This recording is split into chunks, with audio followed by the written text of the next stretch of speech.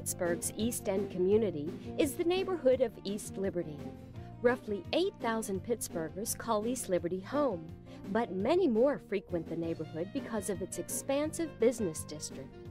The community is partially represented by Valerie McDonald, now serving her second term on Pittsburgh City Council. Ms. McDonald is the chairperson for the Committee on Finance and the Budget. East Liberty is a neighborhood rich with diversity. Churches of all denominations stand proudly. The East Liberty Presbyterian Church building is also home to the East End Cooperative Ministry.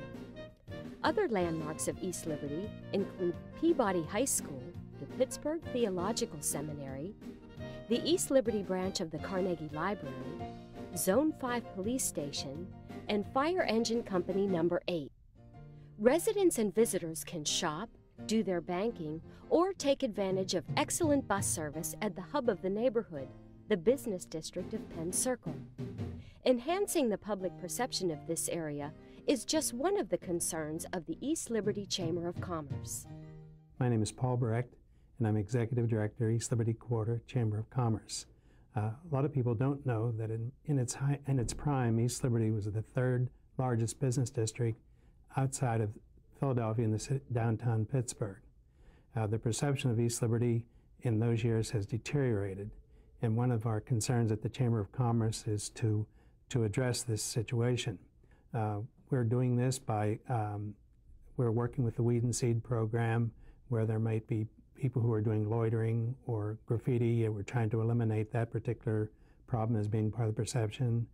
We worked with the Highland Park Community Club in planting boxes throughout the community with flowers, and then there are certainly areas in the community that we planted flowers. And then we follow that with in cooperation and wonderful cooperation of city planning, and we developed this Celebrate East Liberty banner, which has been flying for the last year. Flower planting, holiday lighting, and festive banners are invitations for all to come back and shop East Liberty. For residents, housing includes a multitude of apartment complexes as well as single-family homes. The newest housing in the neighborhood can be found at the corner of Penn and Magley Avenues, as Maylene Myers explains. My name is Maylene Myers. I'm the Director of East Liberty Development Corporation. One of the things that we do here is housing.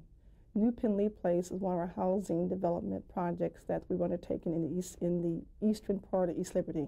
It is a 102 unit development, and it's formerly called Penley Park. Penley Park was what was there before, and what we've done is come in and given that project a facelift. What you will see at Penley Place is a combination of townhouse units, garden apartments, and you will see some of the remaining structures that we have just come in and just renovated.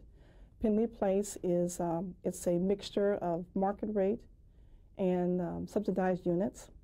The target market is 60% of median income, and we will have phase 1 completed this spring. Phase 2 will be underway, and we're going to probably do 38 units of senior housing is going to be there as well, in addition to mixed incomes. When we talk about mixed income units, we're talking about a combination of seniors and families. I can't say enough about Penley Place because not only is it the gateway into our community, it sets the tone for what's to come in our neighborhood. So I'm real pleased to see that development underway. We do have other housing development that's called Mellon Street. Mellon Street is much smaller than Penley. It's not as large, but it is going to be, once built, we're going to construct 10 single-family houses with attached garages. And we're going to probably break ground this spring to start the first 4 units. Of course, housing isn't the only concern of East Liberty Development Incorporated. The ELDI is also instrumental in fostering East Liberty's businesses and bringing new businesses to the area. The big success story is the new Home Depot store, constructed on the long-abandoned former Sears site.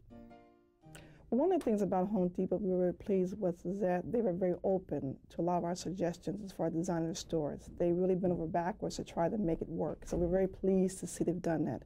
The landscape around the store, if you've seen that, is just beautiful. Not to mention what's happening with Ventos. Ventos is really stunning. I mean, you see the canopy, the brick, I mean, it really looks great on Highland Avenue.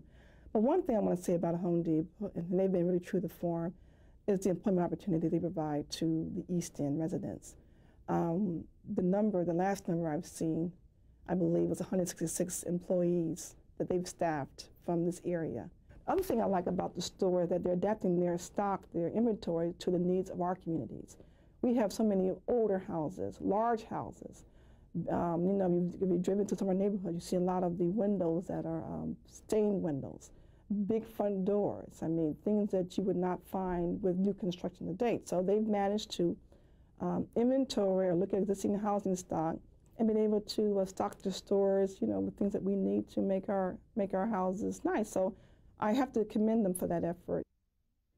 In addition to all of East Liberty's new construction, the neighborhood has even more good news.